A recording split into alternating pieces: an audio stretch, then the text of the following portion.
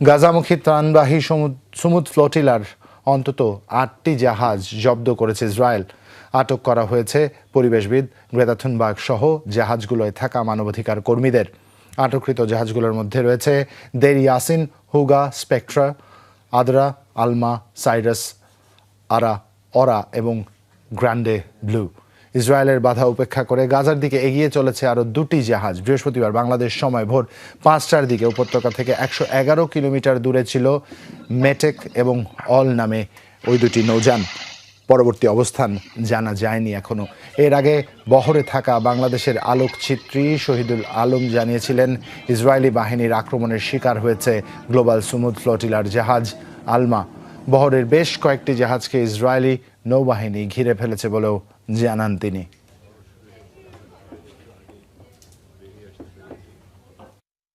আমরা কনসিয়েন্সে আছি।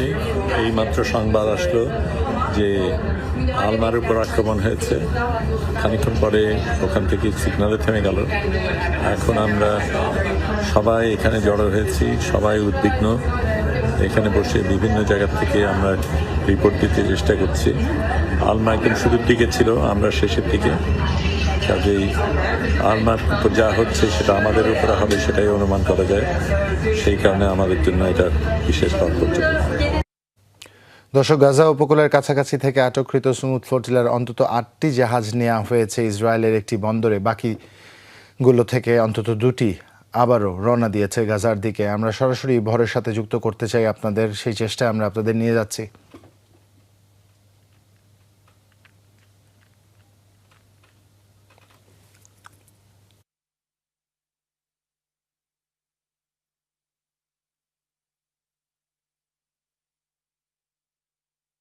দর্শকেরই মধ্যে আপনাদের জানিয়েছি অন্তত 8টি জাহাজকে আটক করে এটি বন্দরে নিয়ে যাওয়া হচ্ছে। এর মধ্যে একটু মনে করে দিতে চাই, আটক হয়েছেন গ্রেটা থুনবার্গ, মণ্ডল ম্যান্ডেলা সহ নৌযানগুলোতে থাকা সকল মানবাধিকার কর্মী। তাদেরকে আশদোদে নিয়ে যাওয়া হয়েছে।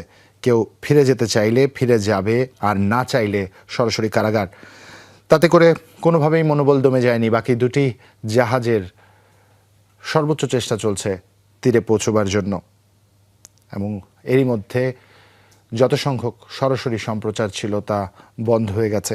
এর আগে বেশ কয়েকটি জাহাজের যুক্ত ক্যামেরা থেকে আপনাদের দেখাবার সুযোগ হয়েছিল আমাদের। যমুনা টেলিভিশনের অনলাইন সামাজিক যোগাযোগ মাধ্যমে নিশ্চয়ই আপনারা দেখেছেন। কমতে কমতে এই মুহূর্তে 2টি মাত্র জাহাজ দেখতে পাচ্ছি যারা তাদের অবস্থান থেকে যুক্ত ক্যামেরা দিয়ে সরাসরি সম্প্রচার করছে। সর্বশেষ যেই অসমর্থিত সূত্র আমাদের কাছে এসে পৌঁছেছে, সেখানে মাত্র 50 নটিক্যাল মাইল দূরে অবস্থান করছিল 2টো জাহাজ।